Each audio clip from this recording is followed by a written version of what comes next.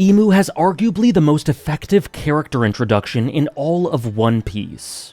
With such menace, authority, and material power, he solidifies his identity as the king in the shadows, molding the world to his will through sheer presence and aura. And if you add his shockingly casual destruction of Lelouch to that, it's hard to articulate how impactful his establishment is. But one key factor about this introduction is that we only see one side of him, the side he wants the world to see, the strong, authoritative, invincible god with the world at his fingers. Yet, something that many guessed at that would reveal itself to be the truth is that what we saw was only the outward aura and mask. It laid an incredible foundation for a series-defining villain, but it didn't show us his true sense of self and who he really was. And it inspired a thought. Did Imu's introduction not show us that because it was something that Imu was hiding? Imu has destroyed islands, buried the world, and taken a spot on the throne meant to be reserved for no one in the land of gods. He's commanded and controlled a regime that oppresses all, and he drowns the world in a way that controls history and the truth. And with all that in mind, a clear facet with him is a stagnation of the world, a rot that attempts to ensure that he, who is on top, will remain on top into perpetuity. That is Imu. That is his motive and the role he's taken for himself. But the wrinkle about all of this is that it immediately makes Imu the complete antithesis of One Piece as a story, and by extension, it makes him doomed. As I've talked about before, One Piece is a story of cycles and eras, and more than anything, it celebrates the malleability of the moment and how the one constant in history is change. Shanks, Garp, Whitebeard, Roger, Luffy, and many more all tout the inevitability and beauty of new eras and how history is ever moving, ever changing, with constant rises and falls. And conversely, Imu represents the diametric opposite. Rot, stagnation, no evolution or progression, with one era and one person staying on top forever. Combine this with the fact that Luffy is this heaven-sent boy for whom the story's will seems to conform to, and it's clear. Imu will lose. And this is obvious from Imu's introduction for numerous reasons. Luffy suffers and experiences loss and pain, but always confronts those difficulties, fights for his goals and his loved ones, and by and large he is always aspiring, ascending, gathering forces and barreling towards his dream, and from the start his success has felt inevitable. He is the protagonist of our story, a story that the narration seems to read as the history of the great hero at times. He succeeds and liberates overwhelmingly more often than not. He is a literal contemporary incarnation of the sun god of freedom, and the characters often comment upon the fact that the gods and heavens seem to be granting him fortune and willing him on throughout the story. The world works in cycles, and there are always rises and falls. And so with all this in mind, a core element about Imu's character from the start is that he will lose. And if we properly examine that, part of the reason that he will lose is because he and Luffy are direct antitheses and foils of one another. But those in diametric opposition to one another often share core similarities and diverge, and that is the case here. Because Imu and Luffy are both very similar in ways. They've both very clearly experienced pain, loss, and trauma of some kind, and for reasons we'll get into, it's clear that both are tunnel-visioned, impulsive, naive, and quite frankly, juvenile. Imu is simply in many ways a child and a bit of a fraud. He is immature and not truly confident and secure in his power, and you can see this in his actions and behaviors. Because a secure, confident conqueror does not feel the need to hide 100 years of history. They do not barricade themselves in protective seclusion and forcefully place themselves above everything to make a point. They do not quiver in fear at the echo of the haki of their long-departed enemy.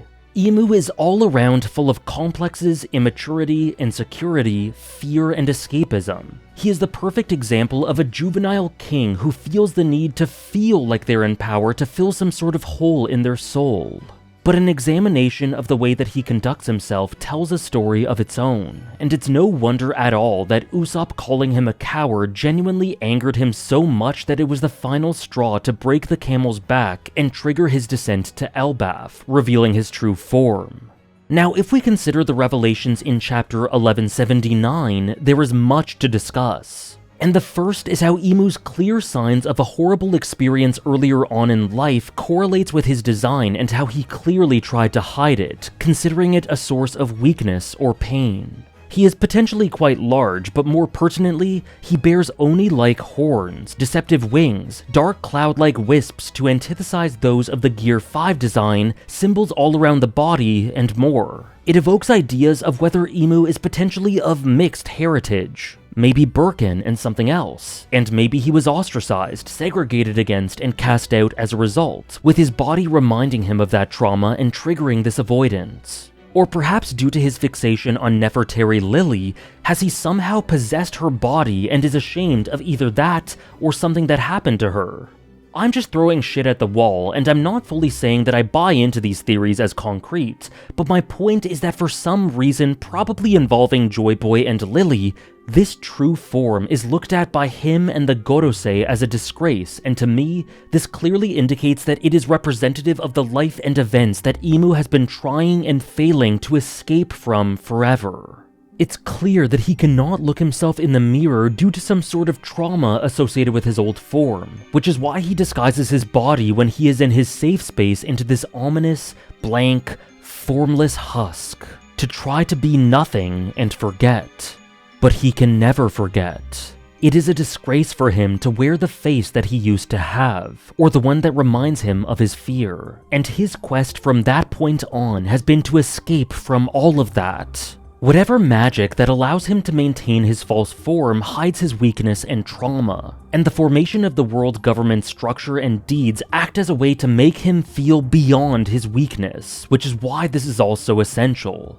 Imu cannot carry remembrance of that trauma with him. It is his design.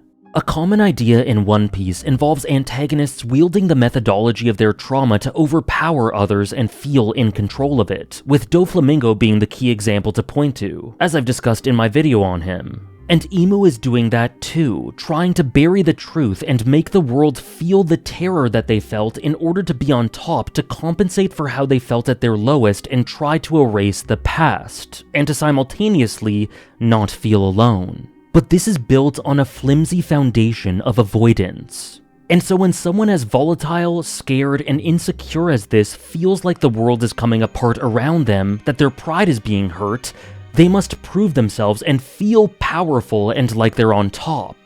And this is why Imu finally leaves his cocoon to spread his wings in a dark metamorphosis to prove who he always was. There is no hiding anymore. The wings have taken to the sky, and we see the true form of this Luciferian fallen angel, seeming to be cast out in some way. And from this, we can once more bring the dynamic with Luffy back into the fold, particularly regarding his Gear 5 form. A fallen angel of fear versus an ascending god of chaotic hope and courage. These two are exact opposites. Both have experienced a form of trauma, a loss, or some kind of pain. Luffy with Ace, and Imu in some way that we're not yet aware of. And both have gone about it in totally opposing ways. Luffy confronted that trauma and loss, and with the help of others, allowed himself to feel it more viscerally than ever before ingraining it within himself and using the memory of Ace to push forward, carrying forth his brother's torch and dream. But Imu avoids, terrified. He recoils at the things associated with those memories and jumps at anything related to it, and in order to repress that fear, he drowns the whole world and a painful truth along with it. But it's a brittle mask. And then remember this. The Imperial need for control is so desperate because it is so unnatural. Tyranny requires constant effort. It breaks. It leaks. Authority is brittle. Oppression is the mask of fear. Remember that. There is a reason that Memories is one of the most iconic songs associated with One Piece, because along with being beautiful, it is profoundly tied to the fabric of the series. Memories empower us, and we are nothing without them, which we can see as after his suffering and healing, Luffy thinks of Ace and pushes forward with a smile. But Imu cannot stand to remember. He erases his past in so many ways and only rots his soul in the process. He refuses to confront his trauma, but what's key is that we can never be detached from our past experiences, good or bad. They will always be a part of us. So the key is, to heal from that trauma, one must identify it as a part of them and not hide from it, but wield it and turn it into an experience to empower oneself, channeling it in a healthy way to move on. It can feel impossible to do, but our crew are the greatest example that it is possible to wield our difficult experiences and control what they mean to you. Shown through the courage of Nami, Chopper, Sanji, Robin, the list goes on. Like we said, Imu tries to make the world his, drowning it, burying history, and using propaganda and destruction to try to make it his own little toy box that cedes to him. But Luffy doesn't desire this, and he knows that the world cannot be his, and he embraces that. And this dynamic is solidified if you look at Imu and Luffy's defining transformations. This one versus Gear 5. Imu's metamorphosis here feels like an opposite, dark, inverse Gear 5, infecting all those that it touches with darkness and decay, kind of like how Gear 5 can inspire hope and power to those who witness it. A commonality here is that both transformations are chaos incarnate, ironic considering how Imu opposes chaos, but from that they diverge strongly in every other way. Gear 5 is joy, laughter, empowerment, and courage, and this is pain, darkness, and a potential example of growing weakness, coughing out blood as Imu is forced to be who he avoids to be. Although there is a chance that Imu is doing this out of a strange courage, of course, but we'll simply have to see. The point is, Luffy ascends with Gear 5 to become a god of freedom and hope, and Imu descends to become a mere mortal spreading darkness. Imu states in 1179 that he is fighting against what seems to be a preordained fate that dares to defy him. Another ironic statement, given that his deeds and the mass oppression he's caused have made it feel like the Straw Hats have been the ones fighting to defy fate at times. But in actuality, Imu is correct in a sense. Do you remember what we discussed earlier? That for so many reasons, it's been clear from the start that Imu will lose. He's held on to his reign for an unbelievably unnatural amount of time, but all reigns come to an end, and Luffy is inevitable. I think Imu has known for a long time that they will lose, and maybe they felt like they've been fighting a losing battle from the start. They experienced profound pain and tried to bury that pain and all evidence of it to forget it, and they changed themselves and the world, but things never stay buried, and there is never any fulfillment for them in their quest. To Imu, he himself is the doomed protagonist fighting against a relentless tide, a tide that bears the name change. His means is the end. He is on top and sees no value in detours, only a struggle to stay above with no other goal in sight because all they are doing is fighting tooth and nail to not feel small, while dressing it up as an enforcement of a hierarchical order. He fears anything that will prevent him from feeling powerful and above and will oppress all to combat that, but that anxiety pangs at him as these events, Rock's proclamation, Shanks stealing the devil fruit, Roger's smile upon death, Luffy's survival, and more, as all these events haunt him. Whereas Luffy, he knows how small he is, how the world dwarfs him, and he knows that he would be nothing without his loved ones. He doesn't really care about his end goal at any given moment as much as the adventure on the way to it as he progresses forward.